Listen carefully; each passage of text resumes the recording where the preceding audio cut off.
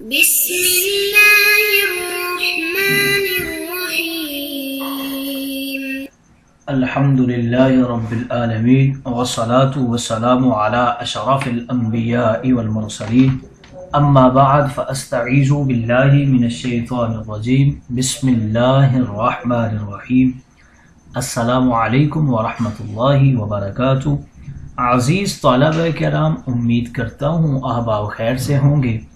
انشاءاللہ آج ہم تفسیر جلالین کے درس نمبر 223 میں سپارہ نمبر 18 سے سورہ فرقان کی منتخب کردہ آیات 5 سے لے کر 7 تک پڑھنے کی سعادت حاصل کریں گے، جن میں کلام باری تعالیٰ و کلام مفسر کا ترجمہ ہوگا، ربط و تعلق آیات کو ذکر کیا جائے گا، کلام مفسر کی تشریح و توضیح کرتے ہوئے دیگر مفسرین کرام کے اقوال ذیشان کو ذکر کرنے کی سعادت حاصل کریں گے۔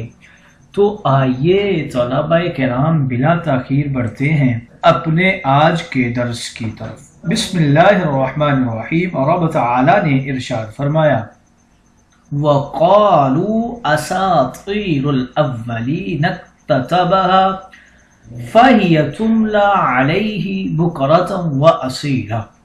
آئیے طلبہ کرام سب سے پہلے ان آیات مقدسہ کا ماقبل آیات کے ساتھ ربط اور تعلق جان لیتے ہیں۔ علماء و مفسرین کرام فرماتے ہیں کہ پچھلی آیات میں کفار کے چند عقیدوں اور کچھ کفریہ مشرکانہ باتوں کا ذکر کیا گیا۔ اب ان آیات میں کفار کی ان کفریات کا ذکر فرمایا جا رہا ہے جو وہ اسلام اور قرآن کریم کے خلاف باتیں کرتے ہیں۔ دوسرا تعلق کچھ یوں ذکر کرتے ہیں کہ پچھلی آیات میں کافروں کی ان کفریہ باتوں کا ذکر کیا گیا جو قرآن مجید کے کلام الہی ہونے کے انکار میں کیا کرتے تھے۔ اب ان آیات میں کفار کو ایک بہترین مضبوط جواب دینے کا حکم فرمایا جا رہا ہے کہ اے مسلمانوں، تم کفار کو بس اسی قسم کا جواب دیا کرو۔ تیسرا تعلق کچھ یوں ذکر کرتے ہیں کہ پچھلی آیات میں کفار کے انکار قرآن کا ذکر فرمایا گیا، اب ان آیات میں کفار کے انکار نبوت کرنے کا ذکر کیا جا رہا ہے۔ چوتھا تعلق ان آیات مقدسہ کا ماقبل آیات کے ساتھ کچھ یوں علماء کرام ذکر کرتے ہیں کہ پچھلی آیات میں فرمایا گیا نبی کریم اکیلے ہی تمام جہانوں کے لیے نذیر ہیں، اب ان آیات میں فرمایا جا رہا ہے کہ کافر کہتے ہیں نبی کریم کے ساتھ کوئی فرشتہ بھی نذیر ہونا چاہیے۔ آئیے طلبہ کرام ربط و تعلق آیات کے بعد بڑھتے ہیں آج کے درس کے ترجمہ کی طرف۔ بسم اللہ الرحمن الرحیم۔ رب تعالی نے ارشاد فرمایا، وَقَالُوا أَسَاطِيرُ الْأَوَّلِينَ اكْتَتَبَهَا فَهِيَ تُمْلَى عَلَيْهِ بُكْرَةً وَأَصِيلًا۔ اور یہ لوگ یہ بھی کہتے ہیں کہ قرآن پہلے لوگوں کے خرافاتی قصے ہیں، یعنی جھوٹ کا پلندہ ہے۔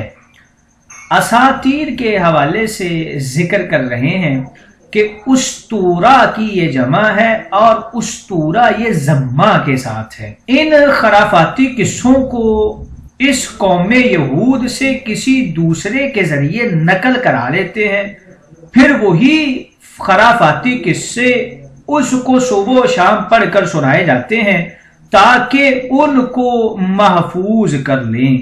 ان کے اس قول پر رب تعالیٰ نے تردیداً انہیں جواب دیتے ہوئے ارشاد فرمایا، قُلْ أَنزَلَهُ الَّذِي، محبوب آپ فرما دیجئے کہ اس قرآن کو تو اس پاک ذات نے نازل کیا ہے، يَعْلَمُ السِّرَّ الْغَيْبَ فِي السَّمَاوَاتِ وَالْأَرْضِ إِنَّهُ كَانَ غَفُورًا لِلْمُؤْمِنِينَ رَحِيمًا بِهِمْ، جس کو آسمان اور زمین کی غیبتوں کا علم ہے، واقعی اللہ تعالی مومنین کے لیے غفور، ان کے لیے رحیم ہے۔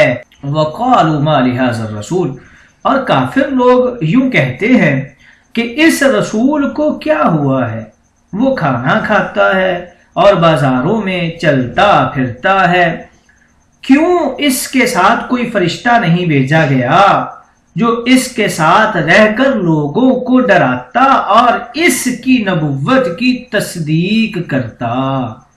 آئیے طلبہ کرام ترجمہ کے بعد بڑھتے ہیں آج کے درس کی تشریح و توضیح کی طرف۔ یہاں سے ذکر کر رہے ہیں کہ جس طرح ان چند سرداران کفر یعنی عتبہ شیبہ ربیہ کے دونوں بیٹے ابو سفیان بن حرب، نضر بن حارث، اسود بن مطلب، زمعہ بن اسود، ولید بن مغیرہ، ابو جہل بن ہشام، عبداللہ بن امیہ اور عاص بن وائل، امیہ بن خلف، انہوں نے نبوت و رسالت کا انکار کرتے ہوئے قرآن مجید کو افکن، افترا اور اعانہ علیہ قوم آخرون کہا۔ اسی طرح انہی کفار و حمقاء نے یہ بھی کہا کہ یہ فرقان پہلے لوگوں کے بنائے ہوئے قصے اور افسانے ہیں۔ انہوں نے رستم و سہراب، حاتم و اسفندیار کے جھوٹے سچے قصے بنا لیے ہیں۔ تو اس مدعی نبوت نے اچھے اچھے لفظ چن کر قرآن بنا لیا۔ فرق صرف یہ کہ پہلوں نے اپنے اساطیر کو وحی نہیں کہا تھا، مگر اس نے اپنی بناوٹ کو وحی کہنا شروع کر دیا۔ ان احمقوں نے فرقان حمید کو اساطیر کہنے سے پہلے یہ بھی غور نہیں کیا کہ کلام عظیم اور قرآن کریم کے الفاظ کے مبانی میں فصاحت ہے، معانی میں بلاغت ہے، تناقض و اختلاف سے براعت ہے، احکام میں حکمت ہے، مفاد میں مصلحت، جبکہ اس کے مقابلہ سے تمہارے فصحاء، بلغاء، شعراء عاجز ہے۔ اور یہ کافر ہیں مکہ کے یہ بھی کہتے ہیں کہ 4 عجمی مولات صبح اور شام کو چھپ کر اس مدعی نبوت کے لیے اساطیر الاولین کی کتابوں سے ڈھونڈ کر اچھے مضامین اکتتبہ اس کے کہنے پر لکھتے ہیں۔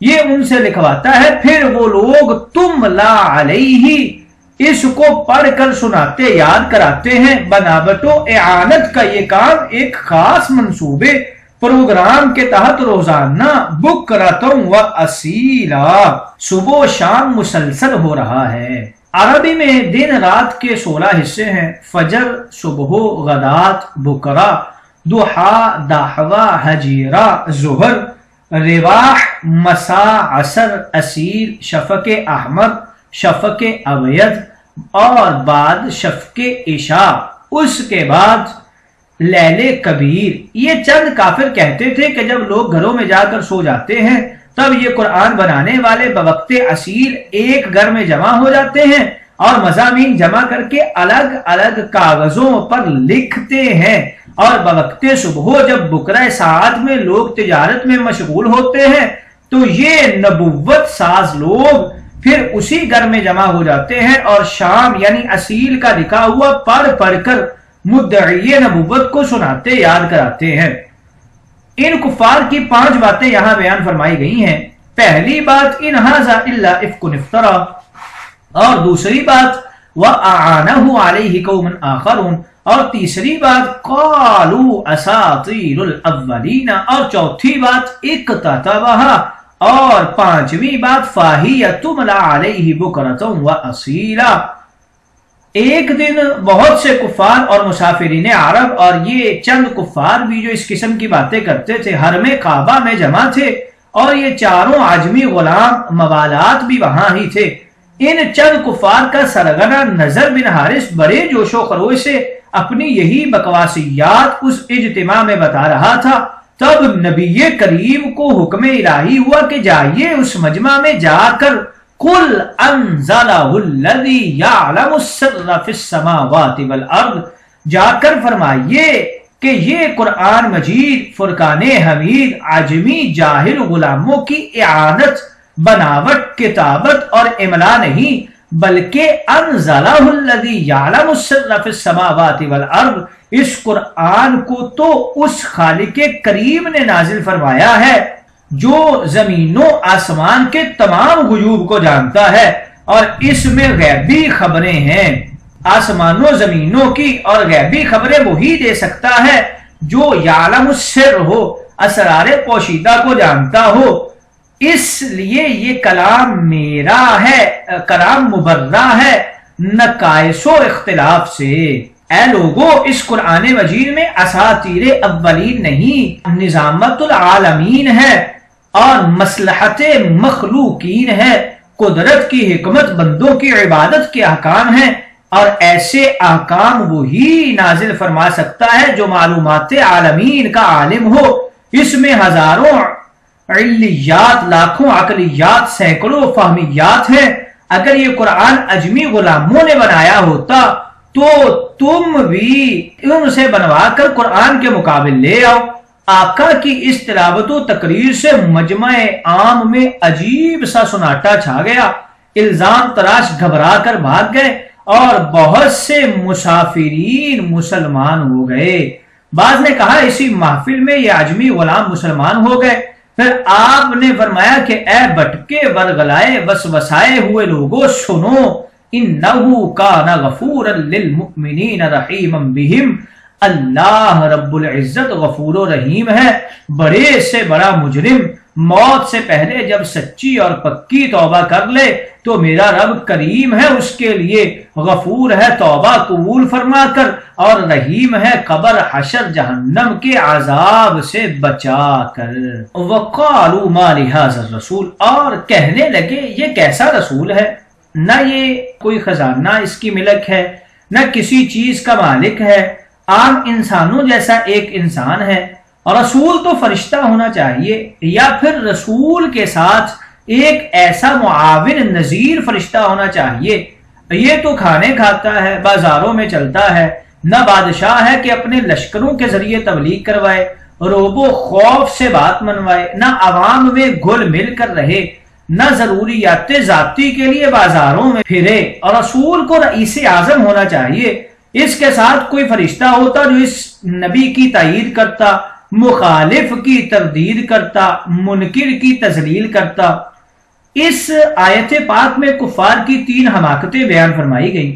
پہلی یہ کہ یہ رسول کھانا کیوں کھاتا ہے، اور دوسری یہ کہ بازاروں میں کیوں چلتا پھرتا ہے، اور تیسری یہ کہ اکیلے ہی تبلیغ کیوں کرتا ہے، فوج یا فرشتہ ساتھ کیوں نہیں ہوتا، لہٰذا یہ رسول نہیں ہے۔ کفار کی یہ باتیں صرف حسد بغض کی بنا پر تھیں اور انکار نبوت کے بہانے تھے، ورنہ وہ بھی جانتے تھے کہ اس سے پہلے کوئی رسول بھی ان شرطوں حالتوں والا نہیں آیا۔ کبھی کوئی رسول نہ بادشاہ ہوا، نہ فرشتہ، نہ کبھی فوج اور فرشتے کے ذریعے تبلیغ ہوئی، نہ کسی فرشتے کا ہر وقت ساتھ ہونا پہلے کبھی ثابت ہے، نہ کسی رسول کی یہ شان اور پہچان ہے۔ نبی کریم کا کھانا پینا اظہار آدمیت کے لیے تھا، ورنہ آپ نہ کھانے پر بھی قادر تھے، جیسے حضرت عیسیٰ آسمان پر نہیں کھایا کرتے تھے۔ اصحاب کہف زمین پر ہزاروں سال بغیر کھائے پیے زندہ رہے، اور ایام وصل کے روزے اس بات پر گواہ ہیں، اور بازاروں میں آپ کا تشریف لے جانا مجبوراً نہ تھا، بلکہ اظہار عجز، محبت غربا، تبلیغ دین اور تعلیم تجارت و تربیت کے لیے تھا۔ آپ کی اس شان اخلاق اور سیرت پاک کا ذکر تو تورات مقدس میں بھی ملتا ہے۔ آپ کا بازار جانا 3 وجہ سے تھا۔ سب سے پہلی وجہ کہ اچھی بری کھوٹی کھڑی تجارت دیکھنے اور پھر سمجھانے کے لیے کہ یہ تجارت حلال ہے اور یہ حرام ہے، اور دوسری وجہ ضروریات خرید کر تا قیامت امت کو خریداری کے اصول سمجھانے کے لیے، اور تیسری وجہ کہ نوبارد مسافروں کو پیغام الہی سنانے کے لیے اور مسلمانوں کو دین و دنیا سکھانے کے لیے۔ آئیے طلبہ کرام ان آیات مقدسہ میں مفسرین کرام کچھ اقوال کرتے ہیں۔ اساطیر کی ترکیب نحوی میں 3 قول ہیں۔ بعض نے کہا یہ خبر ہے مبتدا محذوف حاضی کی، اور بعض نے کہا یہ ہوا محذوف کی خبر ہے، اور بعض نے کہا یہ ہیا مبتدا محذوف کی خبر ہے۔ ایک تاتابہا کی نحوی ترکیب میں 3 قول ہیں۔ بعض نے کہا یہ جملہ اسی مبتدا محذوف خبر دوم ہے جس کی خبر اول اساطیر ہے، اور بعض نے کہا یہ جملہ خبر ہے اساطیر مبتدا کی، اور بعض نے کہا یہ جملہ ذوالحال محذوفہ کا حال معنوی ہے، لیکن یہ قول غلط ہے کیونکہ محذوف ذوالحال عامل حال نہیں ہو سکتا۔ ایک تاتابہا کی قراءت میں 2 قول ہیں۔ اکثر کی قراءت میں ایک تاتابہا ہے ماضی مطلق معروف، اور بعض کی قراءت میں اکتوتیبہا ہے ماضی مطلق مجہول۔ تملا کی قراءت میں دو قول ہیں، اکثر کی قراءت میں تملا ہے املا سے، اور بعض کی قراءت میں تتلا ہے تلاوت سے۔ بکرتم و اصیلا کے معنی میں دو قول ہیں، بعض نے کہا حقیقی صبح و شام مراد ہے، اور بعض نے کہا مجازی اور اصطلاحی صبح و شام مراد ہے، یعنی مسلسل، مگر بکرتم و اصیلا سے مقصد ہے اندھیرے میں چھپ کر۔ غفور الرحیم کے معنی میں دو قول ہیں، بعض نے کہا یہ جملہ کفار کو ڈھیل دینے کی خبر دینا ہے، اور بعض نے کہا کفار کو مہلت دینا ہے۔ پہلے قول میں اظہار جلال ہے اور دوسرے قول میں اظہار جمال ہے۔ حاضر رسول کہنے کے مقصد میں دو قول ہیں، بعض نے کہا کفار کا یہ قول مذاقن تھا، اور بعض نے کہا یہ قول تعجبن تھا۔